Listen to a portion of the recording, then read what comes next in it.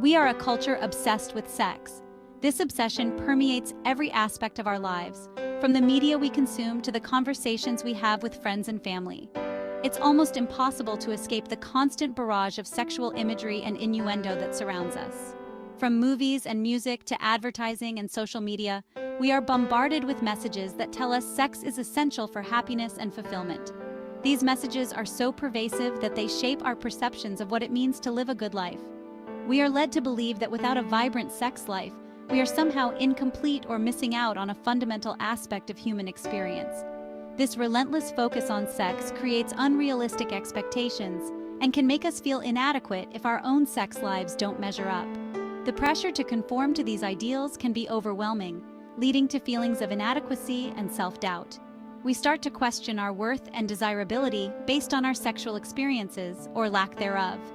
We internalize the message that a fulfilling life must include a thriving sex life. This belief is reinforced by countless stories and images that equate sexual success with personal success.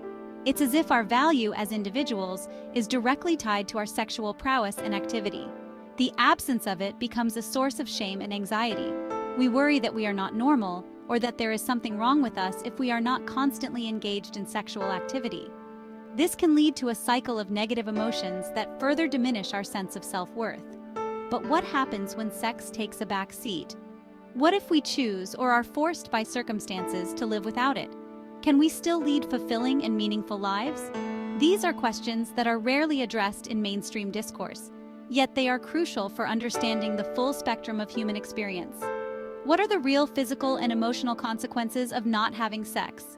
Contrary to popular belief, the absence of sex does not necessarily lead to negative outcomes. In fact, many people find that they can thrive without it, discovering new ways to connect with themselves and others. The answers are complex and often contradict the narratives we've been fed. While some may experience a sense of loss or longing, others find liberation and a deeper sense of self-awareness.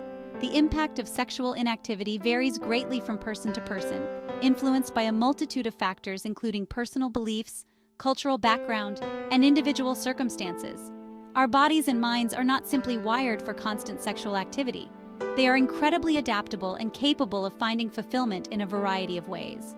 For some, this might mean focusing on other forms of intimacy, such as emotional or intellectual connections. For others, it might involve exploring different avenues of pleasure and satisfaction that do not involve sex. They are capable of adaptation and finding pleasure and connection in various forms. This can include deepening relationships with friends and family, pursuing creative or intellectual passions, or engaging in activities that bring joy and satisfaction. The key is to recognize that there are many paths to fulfillment, and that sex is just one of them. This essay delves into the often taboo topic of life without sex. By shedding light on this subject, we hope to challenge the stigma and open up a more inclusive conversation about what it means to live a fulfilling life. We aim to provide a more nuanced understanding of the diverse ways in which people can experience intimacy and connection. We'll explore the myths and realities, the physical and emotional impacts, and the alternative paths to intimacy and fulfillment that exist beyond the bedroom. By examining the experiences of those who live without sex, we can gain valuable insights into the human condition and the many ways in which we seek and find meaning in our lives. By understanding the nuances of sexual inactivity, we can challenge societal norms and embrace the full spectrum of human experience. This involves questioning the assumptions and stereotypes that surround celibacy and recognizing the validity of different lifestyle choices. It also means acknowledging that fulfillment and happiness are deeply personal and can be achieved in a multitude of ways.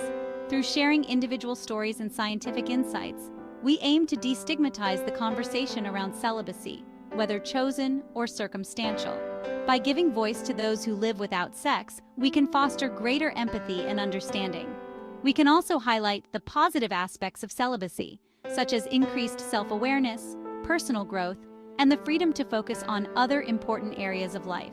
This is an invitation to broaden our understanding of intimacy, pleasure, and self-worth, recognizing that they can flourish even in the absence of sexual activity. By expanding our perspective, we can create a more inclusive and compassionate society that values all forms of human connection. Ultimately, This essay seeks to celebrate the diversity of human experience and to affirm that there are many valid ways to lead a fulfilling and meaningful life. One of the biggest hurdles in discussing life without sex is separating myth from reality.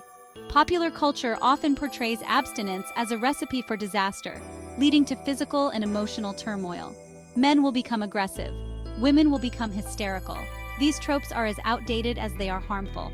The truth is, our bodies are remarkably adaptable. While regular sexual activity offers certain health benefits, abstaining doesn't lead to the catastrophic consequences often depicted. For example, some believe that abstaining from sex will cause a decrease in libido. While frequency may decrease, desire does not simply disappear. It's important to distinguish between the physical experience of abstaining and its psychological impact. Physically, the changes are often minimal and easily managed. Emotionally, however, the experience can be more nuanced, influenced by personal beliefs, relationship dynamics, and societal pressures. Understanding these nuances is key to navigating a period of sexual inactivity without succumbing to fear or shame. This requires honest conversations with ourselves and our partners, open communication with healthcare providers, and a willingness to challenge the assumptions we've absorbed from our culture. Life is rarely linear, and our sexual experiences are no exception. There are countless reasons why someone might find themselves in a period of sexual inactivity. Relationship breakdowns, health issues, life transitions, and personal choices can all contribute to a shift in sexual frequency. It's important to remember that these shifts are often temporary and don't necessarily signify a permanent state of being. For some, the shift away from sex is a conscious choice. They may choose celibacy for religious reasons, personal growth, or a desire to focus on other areas of their lives. Others may experience a decrease in libido due to factors like stress, medication, or hormonal changes.